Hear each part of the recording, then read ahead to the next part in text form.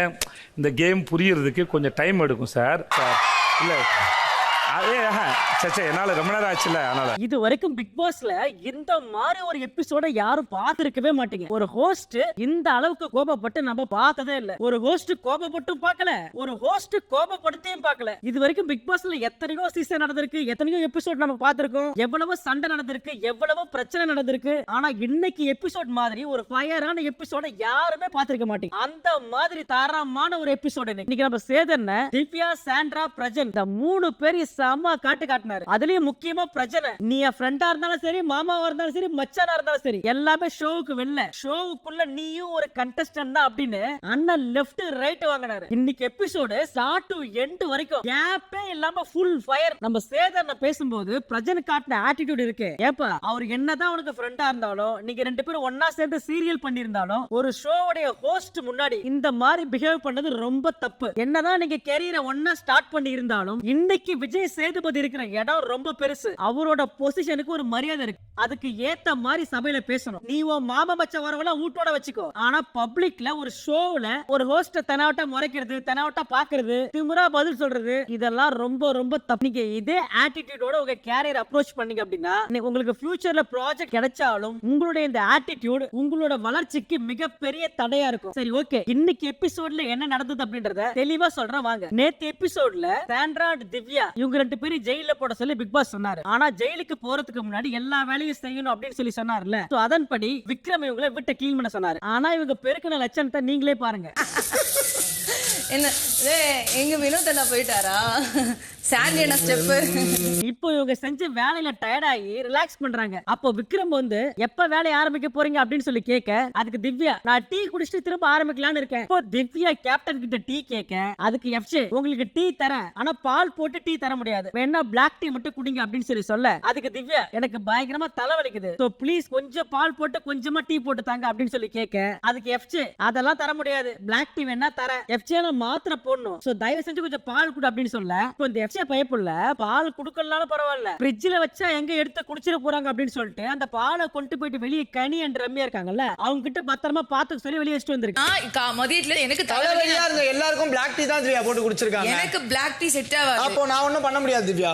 இந்த இஷ்யூல என்ன கேட்டீங்கன்னா, அவங்க என்ன வேணா பண்ணிருக்கட்டும், அவங்க வீடு பெருக்கி இருக்கட்டும், பெருக்காம இருக்கட்டும், என்ன வேணா பண்ணிருக்கட்டும், ஆனா எனக்கு தலைவலிக்குது, மாத்திரை போடணும், ஒரு கிளாஸ் பால் மட்டும் கொடுங்க அப்படின்னு கேட்கும்போது எஃப்ஜே கொஞ்சம் அதை கன்சிடர் பண்ணி கொஞ்சமா பால் கொடுத்திருக்கலாம். இந்த விஷயத்துல எஃப்ஜே பண்ணது தப்பு. அதுக்காக திவ்யா பண்ணது சரின்னு சொல்ல வரல. இந்த சிக்கனும் சாப்பிடல, என்னோட பர்கர் நான் இன்னும் சாப்பிடல, இப்ப மாத்திரை போடணும், சரி டீ குடிச்சிட்டு மாத்திரை போறேங்கிற கன்சர்ன்ல தான் நான் கேட்டேன். நீங்க பண்ற சீப்பஸ்ட் பிஹேவியர் சூப்பரா தெரியுது. இப்ப பிரஜன் திவ்யாவுக்கு பால் தரல அப்படின்னு கேள்விப்பட்ட உடனே இவனெல்லாம் யாரு கேப்டன் ஆக்குறது, இவனை கேப்டன் ஆக்குனதுக்கு நம்மள நாமளே செருப்பு கட்டி அடிச்சுக்கணும். இப்போ சபரி கொஞ்ச நேரம் கழிச்சு வெளியே இருந்த பாலை உள்ள எடுத்துட்டு வந்து திவ்யா கிட்ட கொடுக்க, அப்ப திவ்யா தயவு செஞ்சு என்ன விட்டுருங்க, எனக்கு இப்ப சுத்தமா பால் குடிக்கிற மூடே இல்ல, எனக்கு தலைவலிக்குது, எனக்கு கொஞ்சம் தனியா விடுங்க அப்படின்னு சொல்லி சொல்ல, அப்போ திவ்யா சபரி கிட்ட எஃப்ஜே ஃப்ரிட்ஜ்ல இருந்து பால் எடுத்துட்டு போகும்போது அதை கொண்டு போய் தலை ரூம்ல வைக்கிறான்னு தான் நான் நினைச்சேன், ஆனா அதை கொண்டு போய் வெளியே வச்சிருக்கா. இதெல்லாம் என்ன? இப்போ பிரஜன் நடுவுல வாய விட்டு அந்த பால் எடுத்துட்டு போய் காலைல யாருக்காவது பால் ஊத்துறதெல்லாம் ஊத்து, சனிக்கிழமை ஊத்துவாங்க பால் எல்லாருக்கும், நீ வேணா பாரு வீக்கெண்ட்ல. எஃப்ஜே இந்த கர்மா பாவத்துல எங்கடா கொண்டு போய் வைப்பான்? அவன் ஃபேமிலிக்கா, அவங்க அப்பா அம்மாக்கா, அவங்க தங்கச்சிக்கா, அவங்க அக்காவுக்கா, எங்கடா கொண்டு போய் வைப்பான் அவன், எங்கடா கொண்டு போய் வைப்பான் அவன் அப்படின்னு தெனாவட்டா பேச,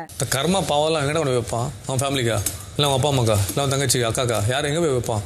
அப்பவே திவ்யா ஸ்டாப் பண்ணாங்க. ஆனா வேணா அப்படி பேசாதீங்க அப்படின்னு சொல்லி திவ்யா அப்பவே சொன்னாங்க. இந்த இடத்துல சாண்ட்ராவும் தான் இருந்தாங்க. ஆனா அவங்க பிரச்சனை எதிர்த்து எந்த கேள்வியும் கேட்கல. இப்போ கொஞ்ச நேரம் கழிச்சு திவ்யா தலைவலியில பாத்ரூம்ல போய் அழுவ, இப்போ விக்ரம் பிக் பாஸ் ஒரு லெட்டர் அனுப்பிச்சாரு, 2 பேரும் ஜெயில வச்சு பூட்டுங்க அப்படின்னு சொல்லி. அந்த லெட்டர் எடுத்துட்டு வந்து டைம் ஆகுது வாங்க ஜெயிலுக்கு போகணும் அப்படின்னு சொல்லி சொல்ல, அப்ப சாண்ட்ரா உங்களுக்கு என்னங்க இப்ப ஜெயில வச்சு பூட்டணுமா வாங்க அப்படின்னு சொல்லி விக்ரம பாத்ரூம் கூட்டு போனாங்க. இந்த கர்டைனை திறந்து திவ்யா உள்ள அழுதுட்டு இருக்கால, அவளை கழுத்தை பிடிச்சி வெளியே கூட்டுவாங்க, அப்புறமா ஜெயிலுக்கு போறேன்.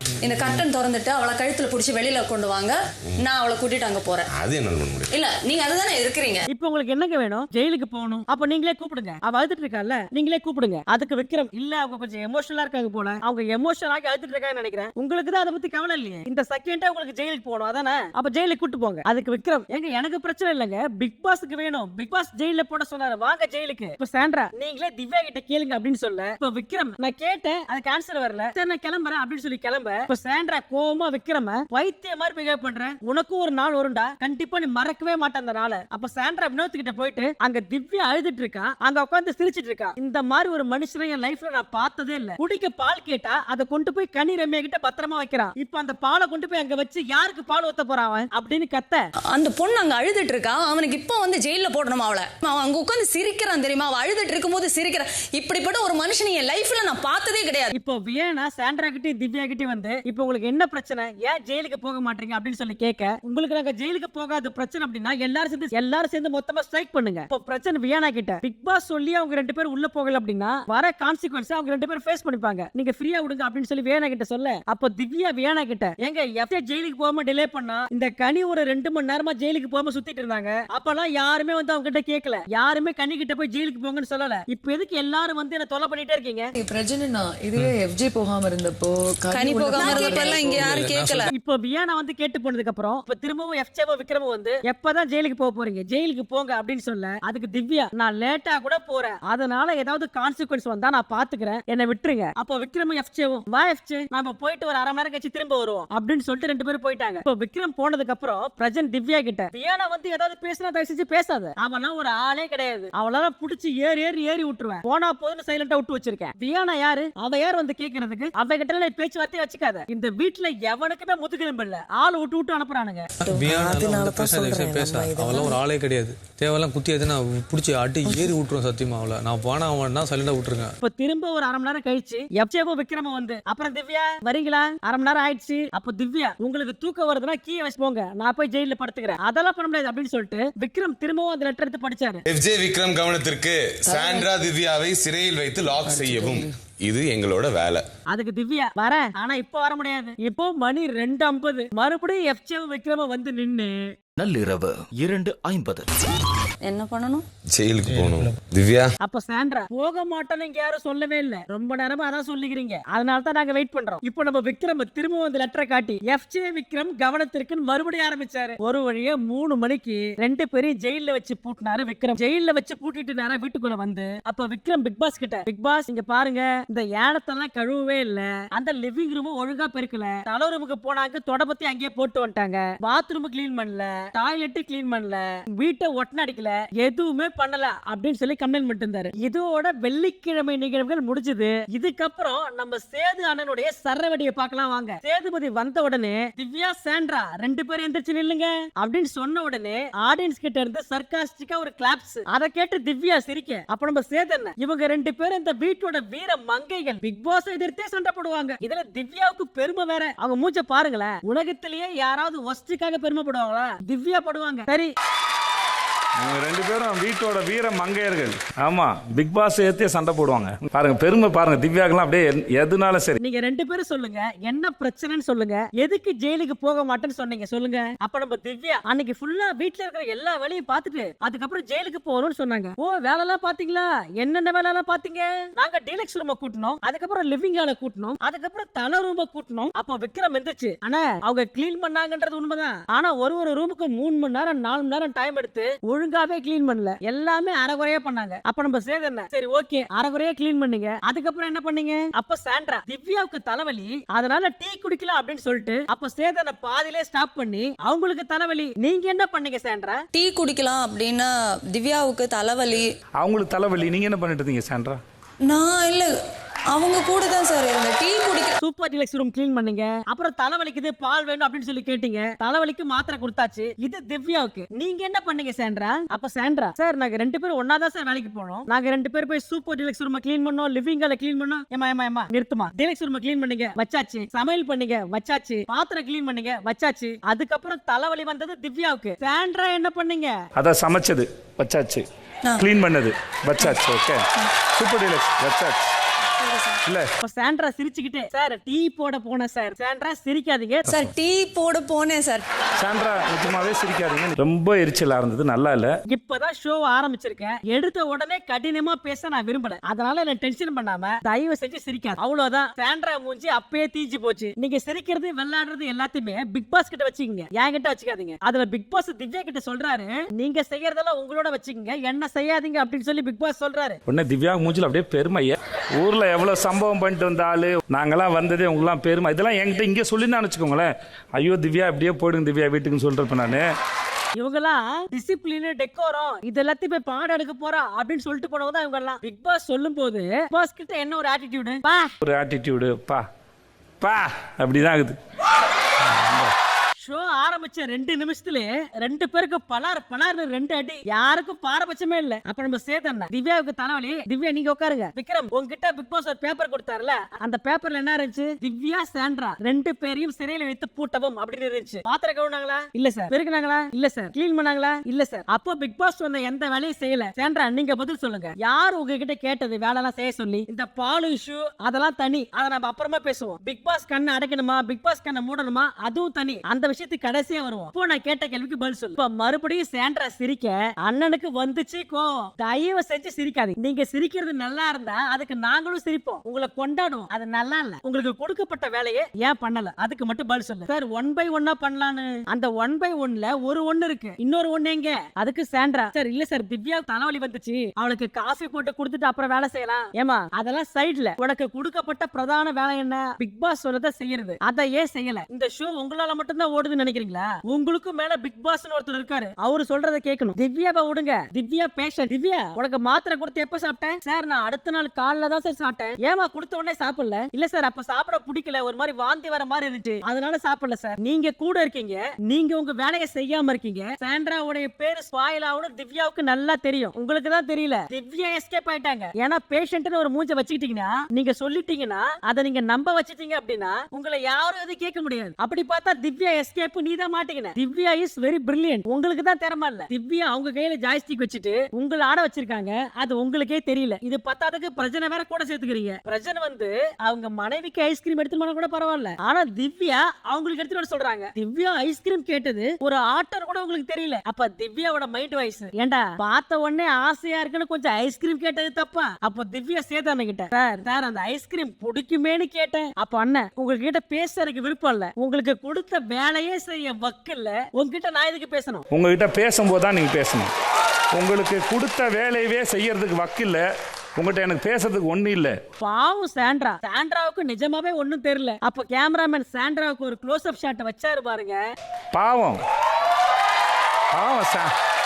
சாண்ட்ராவுக்கு நிஜமாவே தெரியல. அப்ப சாண்ட்ரா சார் அவங்களுக்கு தலைவலி மதியத்துல இருந்து இருக்கு சார், அந்த நெய் பிரச்சனை இருந்ததுல அப்பையில இருந்தே அவங்க தலைவலியில தான் இருந்தாங்க. எங்க நீங்க இண்டிவிஜுவல் பிளேயர் தானே, உங்களுக்கு கொடுத்த கேம் தான் நீங்க விளையாடணும். எவ்வளவு நேரம் இதே பேசுறது? எனக்கு தலைவலி வந்துரும் பழகுது சார், அவங்களுக்கு ரொம்ப தலைவலி சார். அவங்க அழுத முடியாம இருந்ததை நான் பாத்துட்டேன், அதனால கொஞ்ச நேரம் அவங்க கூடவே இருந்தேன். திவ்யா நீங்க படுத்துக்கனே போயிருக்கீங்கல்ல, அது காரணம் தலைவலி அதனாலயா? இல்ல சார் சும்மா ஜாலியா பண்ண. யார் ஜாலிக்கு பண்ண? எங்க உங்களுக்கு ஒரு வேலை கொடுத்திருக்காங்க, யார கொடுத்தது வேலை? பிக் பாஸ் கொடுத்தாரு. ஒஸ்ட் பர்ஃபார்மன்ஸ் அப்படின்னு சொல்லி உங்களுக்கு வேலை கொடுத்தா அதை இன்னும் ஒஸ்டா பண்றீங்க. இப்ப நீங்க பண்ணதுக்கெல்லாம் என்ன காரணம் நீங்க சொல்லுங்க, நாம அடுத்த கேள்விக்கு போலாம். பதில் சொல்லுங்க திவ்யா, ஏன் இப்படி பண்ணீங்க? அப்ப திவ்யாவோட மைண்ட் வாய்ஸ், பதில் தெரியாதவங்க கிட்ட கேள்வி கேட்டா கூட அடிச்சு புடிச்சு ஏதாவது எழுதிடுவான், எனக்கு கேள்வியே தெரியாது. அப்ப திவ்யா ஒரு 10 நிமிஷமா சைலண்டா இருக்க. திவ்யா டயர்டாவாதீங்க, பார்த்த எங்களுக்கு எப்படி இருக்கும், நீங்க பண்ற மாதிரி நான் திருப்பி பண்ணா உங்களுக்கு எப்படி இருக்கும்? சார் உண்மையாவே ஐம் நாட் ஃபீலிங் வெல், அதனால தான் அப்படி பண்ணேன். உங்களுக்கு ரொம்ப உடம்பு முடியலையா? வெளியே வந்துடுறீங்களா? கதவு திறக்கிற வெளியே வந்துடுறீங்களா? டயர்டாவாதீங்க திவ்யா, உங்களுக்கு முடியலையா? வந்துறீங்களா வெளியே? அந்த அளவுக்கு உடம்பு சரியில்லை சார், வெளியே வர அளவுக்கு உடம்பு சரியில்லாமல சார், அந்த அளவுக்கு ஒண்ணும் இல்ல, உள்ளே இருக்கேன். ஓ அப்ப நிக்க முடியலையா? உட்காருறீங்களா? ஏமா உட்கார சொன்னா கூட உட்கார மாட்டேன், அதுக்கே 10 முறை கத்த வைக்கிறேன். என்ன ஆட்டிடியூட்மா இது? எனக்கு ஒரு வேலை இல்லையா? நான் வேணா ஒரு 10 முறை சொல்லட்டுமா? திவ்யா உட்காருங்க, திவ்யா உட்காருங்க, திவ்யா உட்காருங்க, ஒரு லெட்டர் வேணா அனுப்பட்டுமா? திவ்யா உட்காருங்க அப்படின்னு. இப்போ அண்ணன் திவ்யாவை உட்கார வச்சு உட்காருங்களா கொஞ்ச நேரம்? இல்ல பரவாயில்ல சார். இல்ல உட்காருங்க, நீங்க உட்காருங்க ப்ளீஸ் உட்காருங்க. இல்ல பரவாயில்ல சார். அப்படி சொல்லக்கூடாதுமா, உட்காரணும் உட்காந்துடணும்.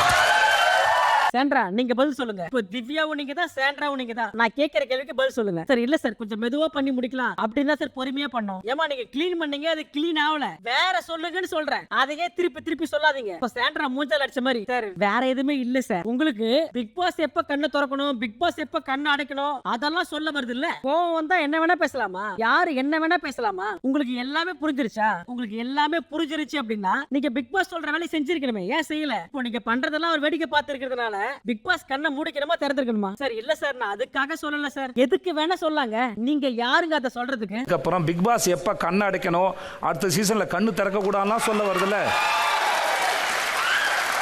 இப்ப சைடுல பிரசன்ட் டென்ஷன் ஆக பிரசன்ட் எந்திரங்க. நீங்க டென்ஷன் ஆவறது நல்லா தெரியுது உங்க மூஞ்சில. பிரசன்ட் உன்னோட விஷயத்தை தனியா பேசுவோம் உட்காரு. ஓகே சார், சரி சார், டன் டன் டன் அப்படின்னு சொல்ல பிரசன்ட் அப்படி பேசக்கூடாது. பிரசன்ட் நம்ம 2 பேருக்குள்ள இருக்கிறது பர்சனல், அது வேற. இது கேம். அந்த இடத்தை நான் என்னைக்குமே மதிப்பேன், அது வேற. அது நம்ம 2 பேரோட பர்சனல். நீங்க டென்ஷன் ஆகாதீங்க. நான் ஏன் டென்ஷன் ஆகணும்? இப்படி பேசக்கூடாது. நான் ஏன் சார் பிரஜன் உங்களை தனியா உங்களோட விஷயம் தனியா பேசுவோம். ஆனா ஓகே, பிரஜன் இப்படி பேசக்கூடாது. பிரஜன் சார் இல்ல சார் பேசல சார். சார் அப்படி பேசக்கூடாது சார். இப்ப அண்ணா அங்க சுத்தி இங்க சுத்தி மறுபடியும் திவ்யா கிட்டே வந்தாரு. திவ்யா, இப்ப நீங்க சொல்லுங்க, பிக் பாஸ் சொன்னதுக்கு அப்புறமும் நீங்க ஏன் செய்யல? 10 மணிக்கு மேல ஏன் அந்த வேலையை செய்யல? உங்களுக்கு முடியலனா 1 மணிக்கு மேல ஏன் செய்யல? எதுக்கு 3 மணிக்கு மேல செய்யல? அதான் கேள்வி. நீங்க எதை பத்தியும் கவலைப்படல. நீங்க பிக் பாஸ் சொன்னதை பத்தி யோசிக்கல, உங்க கூட நின்ன சாண்ட்ரா பத்தி யோசிக்கல, உங்க கூட நின்ன பிரஜரை பத்தி யோசிக்கல. அப்புறம் பாரு விட்டுருங்க. பாரு வேற வேலை பார்த்தாங்க. பாரு பேரை சொன்ன உடனே நம்ம அண்ணனுக்கே சிரிப்பு தாங்கல. பாரு வேற வேலை பார்த்திருக்காங்க, அது எனக்கு தெரியும். இப்ப நான் சொன்னதுல ஜோக்கே இருக்காது, ஆனா பாரு சிரிச்சுக்கிட்டே இருப்பாங்க. அதான் பாரு. இதை கேட்ட உடனே பாருடைய மைண்ட் வாய்ஸ், நல்ல வேலை இவனுங்க சண்டையில என்ன மறந்துட்டானுங்க. இந்த வாரம் பாரு கிரேட் எஸ்கேப். பாரு, ஐ நோ உன்னுடைய எல்லா சிரிப்பும் எனக்கு தெரியும். நீ எந்தெந்த நேரத்துக்கு எப்படி சிரிப்புன்றது நல்லா தெரியும். பாரு வேற வேலை பார்த்தாங்க, எனக்கு தெரியும். எனக்கு தெரியும், ஜோக்கே இருக்காது, ஆனா பாரு உடனே சிரிச்சு வைப்பாங்க. எனக்கு தெரியும். இப்ப அண்ணன் பாரு வச்சு கொஞ்சம் சிரிப்பு காமிச்சிட்டு மறுபடியும் திவ்யா கிட்ட, திவ்யா இப்ப நீங்க சொல்லுங்க, நான் கேட்டதுக்கு என்ன பதில்? சார் ஜெயிலுக்கு போயிருக்கலாம் தான் சார். ஏமா இந்த ஷோல போயிருக்கலாம், செஞ்சிருக்கலாம், வந்திருக்கலாம். சாரி, இதெல்லாம் தயவு செய்து சொல்லாதீங்க. எனக்கு பதில் சொல்லுங்க.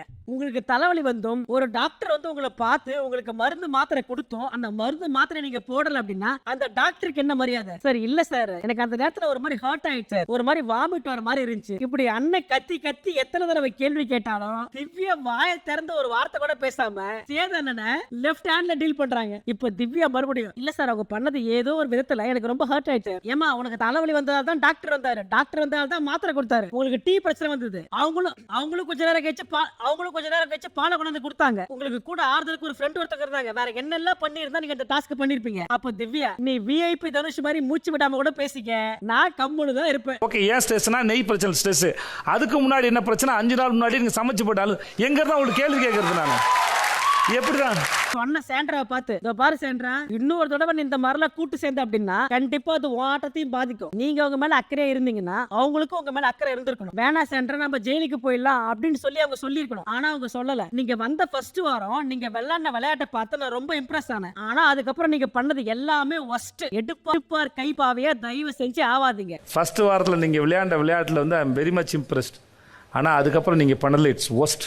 அப்புறம் அண்ணன் சோறு சோப்பு மாப்புன்னு ஒரு டாஸ்க் விளையாண்டீங்கல்ல, சும்மா சொல்லக்கூடாது, எல்லாருமே சூப்பரா விளையாண்டீங்க. இப்போ டீமோட கேப்டன் விட்டுட்டு டீம்ல இருக்கிற மத்த 4 பேரும் கேப்டன் மேல ஏதாவது விமர்சனம் இருந்துச்சுன்னா தயவு செஞ்சு சொல்லுங்க அப்படின்னு சொல்லி கேட்க, இப்ப எல்லாரும் ஆனாலுக்கு அவங்க காரணத்தை சொல்ல, அதுல முக்கியமா நம்ம பாரு. இப்ப பாரு எந்திரிச்ச உடனே பாருக்கு செம்ம கிளாப்ஸ். சார் நான் மெயினா இந்த சாம்பார் ஸ்குவாட செலக்ட் பண்ணதுக்கு ரீசன் என்னன்னா, இந்த வாரம் எங்க அண்ணன் திவாகர் இல்லாம ஒரு மாதிரியா போச்சு. நான் இப்போதான் சாண்ட்ரா கிட்ட, பிரஜன் கிட்ட, திவ்யா கிட்ட எல்லாம் கொஞ்சம் கொஞ்சமா பேசுறேன். அதனால அந்த டீம்ல இருந்தா கொஞ்சம் கம்ஃபர்டபுளா இருக்கும் அப்படின்னு சொல்லிட்டு அந்த டீம்ல போய் ஜாயின் பண்ண. உள்ள போனதுக்கு அப்புறம் இந்த சாண்ட்ரா கோபமூட்டுற மாதிரி ஏதாவது பண்ணா கூட அதுல ஒரு கியூட்னஸ் இருக்கும். அவங்க என்ன பண்ணாலுமே மன்னிச்சு விட்டுறலாம்டா அப்படின்ற மாதிரி இருக்கும். என்னமா யார் என்ன பண்ணாலும், சார் சாண்ட்ரா பேபி என்ன பண்ணாலும், என்னது சாண்ட்ரா பேபி என்ன பண்ணாலும், ஏமா போன வாரம் ஃபுல்லா அவங்க பட்டது போதாதா, இன்னுமா அவங்கள ஏத்தி ஒண்ணும். சார் இந்த வீட்ல ஃபுட்ன்றது ஒரு பெரிய பிரம்மாஸ்திரமா இருக்கும்போது நாமளும் அந்த டீமுக்குள்ள போனா அதை வச்சு எல்லாருடைய வயித்தை நிரப்பி சர்வ் பண்ணி அதுல ஒண்ணு பண்ணலாம். ஓ, இங்க ஃபுட்ன்றது பெரிய பிரம்மாஸ்திரமா இருக்கும்போது நாமளும் அந்த டீமுக்குள்ள போயிட்டோம்னா ஃபுட்டை வச்சு வந்து நம்ம இந்த முறை நீங்க ராஜமாதாவா ஆவலாம் நினைச்சு உள்ள வந்திருக்கீங்க இல்லையா? நீங்க சாண்ட்ரா பேபின்னு சொன்ன உடனே அத பெருமை நினைச்சிட்டு இருக்க சாண்ட்ரா இன்னைக்கு பாரு வச்சுதான் ஃபுல் என்டர்டைன்மெண்ட். எல்லா விதமான கேரக்டர் ப்ளே பண்றீங்க பாரு. அலங்கைய கட்டியாச்சு, நடிப்புன்னு இறங்கியாச்சு. அந்த கூட இருக்க பயல்களுக்கு தெரிய மாட்டேங்குது அது நடிப்பு, நம்பி இருந்துங்களே பாவம். இப்போ எபிசோடு அடுத்த கட்டத்துக்கு போகுது. இப்போ இந்த மொமெண்ட்ல இருந்து பீக் மொமெண்ட் ஆரம்பிக்குது. நம்ம சேதுபதி என்ன பாக்கெட்ல இருந்து ஒரு லெட்டர் எடுத்து, பிரஜன் எழுந்துரு, போன வாரத்துல நிறைய பஞ்ச் டைலாக் இந்த பிரஜன் பேசியிருக்காரு, அந்த பஞ்ச் லைன்லாம் படிக்கிறதுக்கு முன்னாடி அண்ணன் பிரஜனை பார்த்து, விக்ரம் சொன்னதை நீங்க என்னவா புரிஞ்சுக்கிட்டீங்க அப்படின்றது எனக்கு தெரியல, ஆனா நாங்க என்னவா புரிஞ்சுக்கிட்டோம் அப்படின்னா இந்த கேம் எமோஷனலா எல்லாரையும் வீக் ஆக்கும், எல்லாருக்குமே எமோஷனல் சப்போர்ட்ன்றது தேவைப்படும். ஆனா வீட்டுக்குள்ள யாரு வரலாம் யாரு வரக்கூடாது அப்படின்றத விக்ரம் முடிவெடுக்க முடியாது. அது எங்களோட முடிவு, பிக் பாஸோட முடிவு. அவரு சொல்ல வந்தது இதுதான். இந்த வீட்ல ஒருத்தருக்கு மட்டும் எமோஷனல் சப்போர்ட் இருக்கு. அவங்க 2 பேரும் கணவன் மனைவியே வந்திருக்காங்க. இப்போ விக்ரம் சொன்னதுல யாருக்காவது ஏதாவது தப்பா பட்டிருக்கா? அப்ப எல்லாருமே இல்ல அப்படின்னு மொத்தமா கத்த. இப்போ அண்ணன் அந்த லிஸ்ட படிச்சாரு. நான் பிக் பாஸ் கிட்ட சொல்றேன், நான் கதவை திறந்து விட சொல்றேன், நீங்க போய் உங்க பொண்டாட்டியை கூட்டிட்டு வாங்க. நான் பிக் பாஸ் கிட்ட சொல்றேன், கதவை திறந்து விட சொல்றேன், சேது கிட்ட சொல்றேன். இதெல்லாம் நீங்க எப்படி சார் சொல்லலாம்? நீங்க சொல்ல கூடாது, தப்பு அது. நீங்க சொன்னா கதவை திறக்கணும், நீங்க சொன்னா கண்ணை மூடிக்கணும். என்னது இது? அப்புறம் நெக்ஸ்ட் சாப்டர், வண்டி என் பக்கம் வந்ததுன்னா கண்டமாயிடும், இடிச்சு தள்ளிட்டு போயிட்டே இருப்பேன். நான் சரியாக வளர்க்கப்பட்ட I am a man, I am a man, I am a father, I am a husband. இது எல்லாமே சூப்பர் ஸ்டேட்மெண்ட். ஆனா இது எல்லாத்தையும் மத்தவங்க சொல்லணும், நீங்க சொல்லக்கூடாது. இது எல்லாத்தையும் பேசிட்டு நான் சரியா வளர்க்கப்பட்டவன் அப்படின்னு சொன்னா அதுல என்ன அர்த்தம்? இதுல கடைசியா இன்னொன்னு இருக்கு. தியானாவை காலி பண்ணிடுவேன், சுபிக்ஷாவை காலி பண்ணிடுவேன். இப்போ கடைசியா 2 முறை சுபிக்ஷாவை நாமினேட் பண்ணீங்க. அதுக்கு நீங்க 2 தடவை சொன்ன காரணம் இதுதான். சுபிக்ஷா த்ரெட்டனிங்கா பேசினாங்க, அதனால சுபிக்ஷாவை நாமினேட் பண்றேன். சுபிக்ஷா பண்ணது த்ரெட்டனிங்னா அப்போ நீங்க பண்ணது என்ன? கடைசியா இன்னொன்னு, பாலை யார் கூத்த போறான்? இதுல இன்னொன்னு இருக்கு, பால் தரல. கடைசியா இந்த பாலை யாருக்கு ஊத்த போறான்? யாருக்கு பால் ஊத்த பாலை ஒளிச்சு வைக்கிறான்? இந்த கர்மாவை என்ன பண்ணுவான்? இந்த கர்மாலாம் யாருக்கு போகும்? அவங்க அப்பாவுக்கா, அவங்க அம்மாவுக்கா, அவங்க அக்காவுக்கா, இல்ல அவங்க தங்கச்சிக்கா? இது எல்லாத்தையும் பேசிட்டு கடைசியா ஒண்ணு சொல்றாரு, நான் சரியா வளர்க்கப்பட்டவன் அப்படின்னு. இதெல்லாம் பேசுறவன் எப்படி சரியா வளர்க்கப்பட்டவன் ஆவான்? வண்டி என் பக்கம் வந்துச்சுன்னா கண்டமாயிடும், இடிச்சு தள்ளிட்டு போயிட்டே இருக்கும். பிக் பாஸ் சொல்றேன், கதவை திறந்து விட சொல்றேன், சேது கிட்ட சொல்றேன், கதவை திறக்கணும், நீங்க சொன்னா கண்ணை மூடிக்கணும். இப்போ அண்ணன் பிரச்சனை எழுப்பி, பிரஜன் இதுக்கு நீ தான் பதில் சொல்லணும். நீ என்ன சொல்ற சொல்லு. இப்போ பிரஜன் தெனாவட்டா எந்திரிச்சு நின்னு, சார் நீங்க சொன்னது எதுவுமே நான் இல்லைன்னு சொல்லல, நான் இப்படிதான் சார் அப்படின்னு தெனாவட்டா சொல்ல. சகோதரா, ஒரு பிளாஸ்டிக் சேர் மட்டும் ஒன்று கொடு, நான் கொஞ்ச நேரம் போன் அடிக்கிறேன், உட்காந்து கேட்டுக்கிறேன். எஸ் சார், எஸ் சார், சொல்லுங்க சார். பேசலாமா சார்? Yes sir. அப்புறம் சுபிக்ஷா கூட என்ன பிரச்சனை, ஏன் அப்படி நான் பிஹேவ் பண்ணேன்? வியனா கூட என்ன பிரச்சனை, ஏன் வியனா கிட்ட அப்படி பேசுறேன் அப்படின்னு எல்லாத்துக்கும் ஒரு விளக்கமா சொல்லிக்கிட்டே வர. நீங்க மாசு நினைச்சு பண்ணது மாசா இல்ல சார், நல்லா இல்ல அது. நினைச்செல்லாம் பண்ணல சார், அது சார் மாஸ் நினைச்செல்லாம் பண்ணல சார். நான் பிக் பாஸ் கிட்ட சொல்றேன் கதவை திறந்து விட்டு அப்படின்னு சொல்றதுக்கும், உனக்கு வேணும்னா உன் பொண்டாட்டி உள்ள கூட்டணும் அப்படின்னு சொல்றதுக்கும், இந்த பாலை யாரு கூத்து போற, உங்க அப்பாவுக்கா, உங்க அம்மாக்கா, உங்க தங்கச்சிக்கு அப்படின்னு சொல்றதுக்கும் நீங்க யார் சார்? இதுக்கப்புறம் பிரஜன் சேதன ஒரு வார்த்தை கூட பேச விடாம சொல்றதுக்கு எல்லாத்துக்கும் எதிர்த்து பேசிட்டு இருக்காரு. நான் இப்போ மாத்தி சொல்லலையே சார், நான் பண்ண தப்பு தான். ஐயோ, அந்த வார்த்தை அவன் வீட்ல இருக்க ஆளுங்க லிஸ்ட் எடுத்துக்க கூடாது சார், அது தப்பு சார். அது என்ன சார்? நான் சார் லிஸ்ட் நான் லிஸ்ட் எடுக்கல சார். நீங்க அதோட மோசமா இல்லையா, உங்களுக்கு தெரியலையா சார்? இந்த மாதிரி மட்டும் பிரஜன் கமல் கிட்ட பேசியிருக்கணும், அந்த ஷோல நடந்திருக்கிறதே வேற. ஆனா நம்ம சேதன் பிரஜன் இவ்வளவு தெனாவட்டா பதில் சொல்லியும் மறுபடியும் நண்பனாச்சு அப்படின்னு சொல்லிட்டு அவங்க அம்மாவுக்கா, அவங்க அப்பாவுக்கா, அவங்க அக்காவுக்கா, அவன் தங்கச்சின்னு கேட்டா அது பேர் என்ன சார்? இந்த வீட்ல ரேஷன் பயங்கரமா கார்டு பேசுறாங்க என்ன சார்? வீட்டுக்கு ரேஷன் கார்டு பயங்கரமா பேசுறாங்க சார். சைலன்ஸ். அட இருங்க, அட சைலன்ஸ்ங்க. ஏங்க நீங்க வேற எப்படி சார் இப்படிலாம் பேசலாம்? நீங்க இந்த வீட்ல இதை விட பயங்கரமா பேசுறாங்க, அதெல்லாம் ஒண்ணு கேட்க மாட்டீங்க. நீங்க சேர்ந்தாடுறீங்க சொல்றது எனக்கு கஷ்டமா இருக்கு. அது தப்பு சார், அதை நீங்க ஏன் கேட்க மாட்டீங்க? யார்கிட்டயும் என்ன சார் கேட்கணும்? தப்பு சார். அண்ணன் கடுப்பாய் ஆடியன்ஸ் கிட்ட, இனிமே யாராவது வரும்போது கோயம்பேடு மார்க்கெட் பக்கம் வந்தீங்கன்னா இந்த டிசிப்ளின் டெக்கோரம்லாம் எங்க விக்குது சொல்லி வாங்கிட்டு வந்து இவங்கிட்ட கொடுங்க. நான் என்ன பிரச்சனை கிட்ட திவ்யாவுக்காக பால் கேட்டது தப்பு நான் பேசிருக்கிறேன். எஃப்சி பால் தரலனா போய் எஃப்சி கிட்ட பிரச்சனை பண்ணுங்க, அதுல தப்பே இல்ல. இதுக்கு மேல இந்த ஆளுக்கு எப்படி சொல்லி புரிய வைக்கிறது? இப்போ பிரச்சனை சார் புரியல, சுத்தமா புரியல. சண்டை போடாம இருந்தா ஏன் அமைதியா இருக்கீங்க கேக்குறீங்க, சரி சண்டை போட்டு கேட்கலனா ஏன் சண்டை போறேன்னு சொல்லி கேக்குறீங்க, எனக்கு புரியல. கேள்வி ஓங்கி கேட்கிறார், தப்பான ஆளா சார்? சண்டை போடலாம்னு சொல்றீங்க, சண்டை போட கேட்க போனா தப்புன்னு சொன்னா அண்ணா செம்ம டென்ஷன் ஆகி பட்டன் எல்லாம் அவுத்து விட்டு, சார் நீங்க சண்டை போட வேணாம்னு சொல்லல சார், நீங்க சண்டை போடுங்க, நீங்க சண்டை போடுங்க, சண்டை போட்டு முடிச்சுட்டு அதுல அதுக்கு உண்டான நாகரிகத்தை மெயின்டைன் பண்ணுங்க அப்படின்னு சொல்லும் போது பிரஜன் கொடுத்த ஒரு ரியாக்ஷன் இருக்கு. பிரஜன் நீங்க பயன்படுத்தின அதே வார்த்தையை வேற யாராவது பயன்படுத்தி இருந்தாங்கன்னா நான் அவங்க கிட்ட கேள்வி கேட்டிருப்பேன், உங்ககிட்ட கேள்வி கேட்க மாட்டேன். இப்படி சொல்லி முடிச்சுட்டு, சார் ரொம்ப தேங்க்யூ சார், என்னால முடியல சார் அப்படின்னு சொல்லிட்டு அண்ணன் கோட்டை கைட்டு கையில வச்சுட்டு, நான் உங்களை நாளைக்கு சந்திக்கிறேன், என்னால முடியல அப்படின்னு சொல்லிட்டு அண்ணன் செட்டை விட்டு வெளில போயிட்டாரு. இந்த கேம் புரியறதுக்கு கொஞ்சம் டைம் எடுக்கும் சார். சச்சா, என்னால ரொம்ப நேரம் ஆச்சுல, அதனால நாளை சந்திக்கிறோம் சார். நன்றி sir, thank you so much sir, thank you sir. முடியல சார், பாய். அநேகமா இந்த பீஸ் பண்றதுக்கெல்லாம் இந்த பீஸ் அடுத்த வாரமே ஷோ விட்டு வெளியே போனாலும் ஆச்சரியப்படுறதுக்கு ஒண்ணும் இல்ல. இப்ப கடைசி அண்ணன் போறதுக்கு முன்னாடி இதுக்கு மேலேயும் பிரஜன் மரமண்டைக்கு ஏறல அப்படின்னா அவ்வளவுதான், முடிஞ்சது. ஒண்ணு சொல்றதுக்கு இல்ல, நான் திரும்பவும் சொல்றதுதான், இந்த மாதிரி ஒரு ஹோஸ்டுக்கு எகென்ஸ்டா ரூடா பிஹேவ் பண்றது, ஆட்டிடியூட் காமிக்கிறது, இதெல்லாம் ரொம்ப ரொம்ப தப்பு. இந்நேரம் நம்ம ஆண்டவரா இருந்திருக்கணும், பிரஜனை ஒரே வார்த்தையில கிழிச்சு தொங்க விட்டுருப்பாரு. நான் நினைக்கிற மாதிரி உங்களுக்கும் தோணுதா? சேதனனுக்கு பதிலா ஆண்டவர் அங்க இருந்திருக்கணும் அப்படின்னு உங்களுக்கு தோணுதா? நான் நினைச்ச மாதிரியே நீங்களும் நீங்களும் நினைச்சிருந்தீங்க அப்படின்னா மறக்காம கமெண்ட்ல சொல்லிட்டு போங்க. இப்போ சேதனை போனதுக்கு அப்புறம் சாண்ட்ரா பிரச்சனை கூப்பிட்டு தனியா நான் சொல்லியிருக்கேன், இந்த ஷோவை நம்ம குழந்தைங்க பாக்குறாங்க, ஒழுங்கா பிஹேவ் பண்ணு, வார்த்தையை ஒழுங்கா விடுன்னு சொல்லி கடைசியா ஒரு கட்டத்துல பயங்கரமா அழுதுட்டாங்க. எனக்கு எவ்வளவு அசிங்கமா இருக்கு தெரியுமா நீ பண்றதெல்லாம் பார்க்கும்போது. நான் ஏற்கனவே ரொம்ப போராடி இங்க வந்து நிக்கிறேன். பிரஜன் நீ பண்றது தப்பு. இந்த வீட்டுக்குள்ள வர்றதுக்கு முன்னாடி எனக்கு ஒரு வாரம் இதான் டென்ஷன். நான் திரும்ப இவங்கிட்ட சொன்னேன், நீ வாயை மட்டும் விடாத, இது ஒரு ஷோ, இத கோடிக்கணக்கான பேர் பாக்குறாங்க, தயவு செஞ்சு வார்த்தையை பார்த்து விடு அப்படின்னு சொல்லி நான் முதல்ல இவன்ட்ட சொன்னேன்டா. என்ன மாதிரியே நீங்களும் பிரச்சனை பண்ணது தப்பு அப்படின்னு நினைச்சீங்கன்னா மறக்காம நம்ம சேனலை சப்ஸ்கிரைப் பண்ணுங்க. நான் உங்களை நாளைக்கு சந்திக்கிறேன். இந்த மாதிரி நிறைய பிக் பாஸ் அப்டேட் வேணும் அப்படின்னா நம்ம சேனலை மறக்காம ஃபாலோ பண்ணிக்கோங்க. Tata bye by.